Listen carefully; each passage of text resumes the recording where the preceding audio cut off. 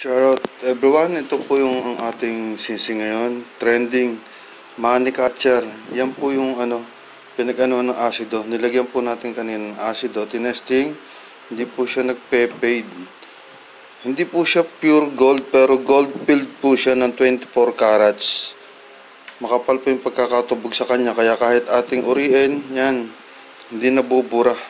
Gold filled siya ng 24 carats gold. Yan po ang ating ring money catcher.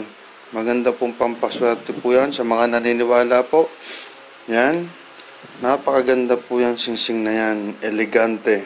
At napakabisa po. Maraming salamat po.